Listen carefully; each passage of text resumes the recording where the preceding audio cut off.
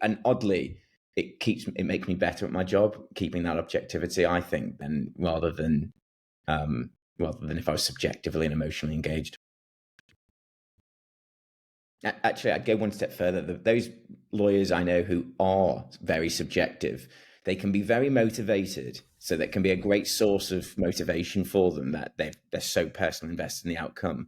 But rarely are they very good at their job, because they don't have that ability to forensically stand back and think, okay, well, how will someone else think about this?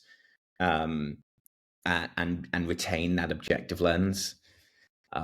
There's an anecdote which there's an exercise that they do with children, which is they bring children into a room, and in the room there's a box.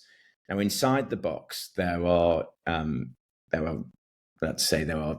green chocolates, so green Smarties, but on the label of the box it says blue Smarties. So you say to the child, what's inside the box? Before they've looked inside, they'll say blue Smarties. You then let them look inside, they see green Smarties, and you then say, okay, someone else is coming in. What